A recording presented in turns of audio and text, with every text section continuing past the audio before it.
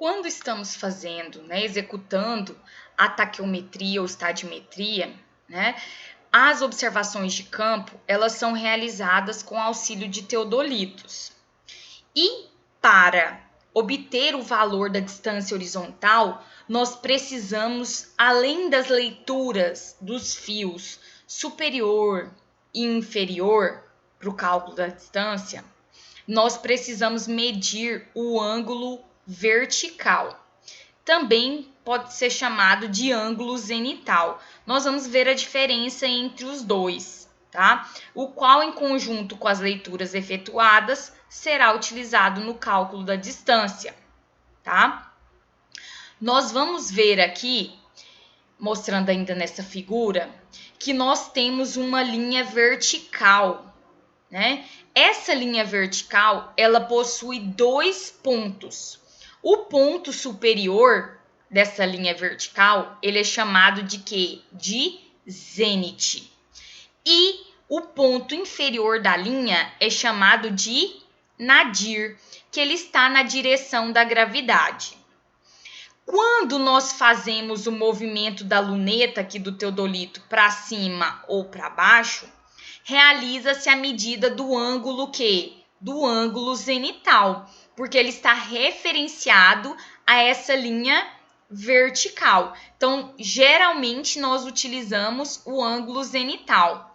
Se ao virar a luneta, girar ela para o outro lado, ela já terá como referência quem? O nadir, tá? Mas, comumente, a gente utiliza o ângulo zenital. Então, nós temos essa linha de referência, para medir o ângulo zenital, que é baseado em quem? Na inclinação da luneta.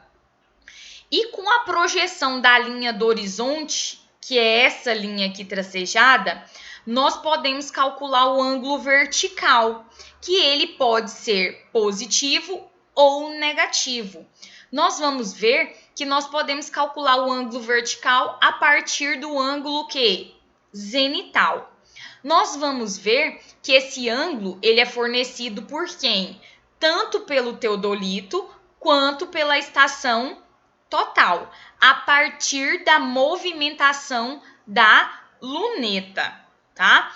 Então, quanto mais para cima, aqui observando esse desenho, se eu penso que essa linha aqui do zênite é 0, tá?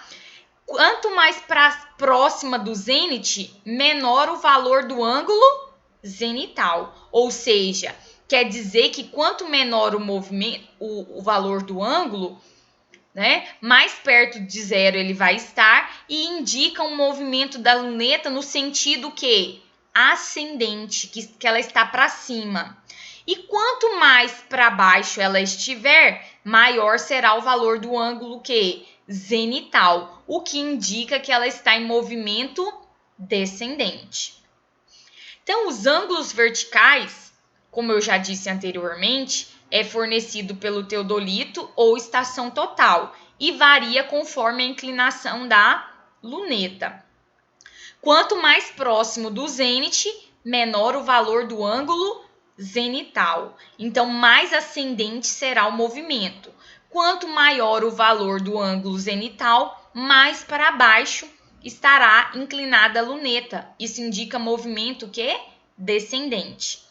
A linha vertical possui dois pontos extremos, o superior, denominado zênite, e o inferior, denominado nadir. E ainda temos o plano do horizonte, que vai determinar para nós o ângulo vertical ou de inclinação.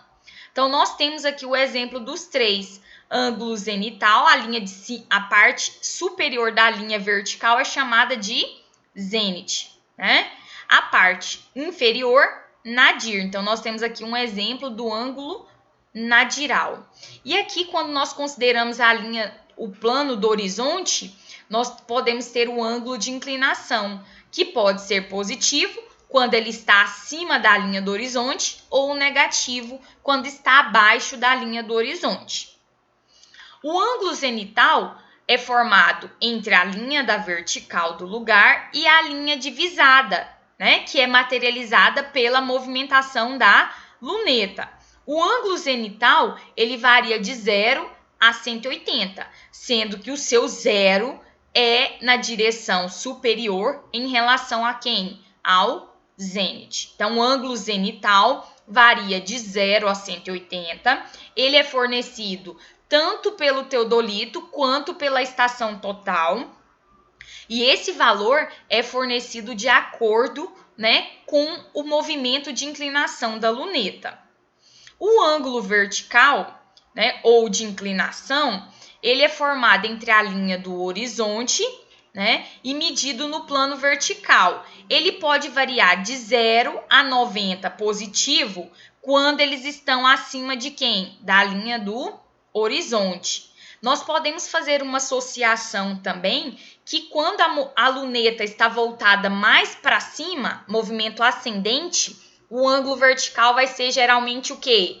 Positivo. Quando ela está mais inclinada para baixo, descendente, esse ângulo vertical vai ser o quê? Negativo. Vou mostrar mais à frente que, ao obter o ângulo zenital, nós podemos calcular o valor do ângulo vertical.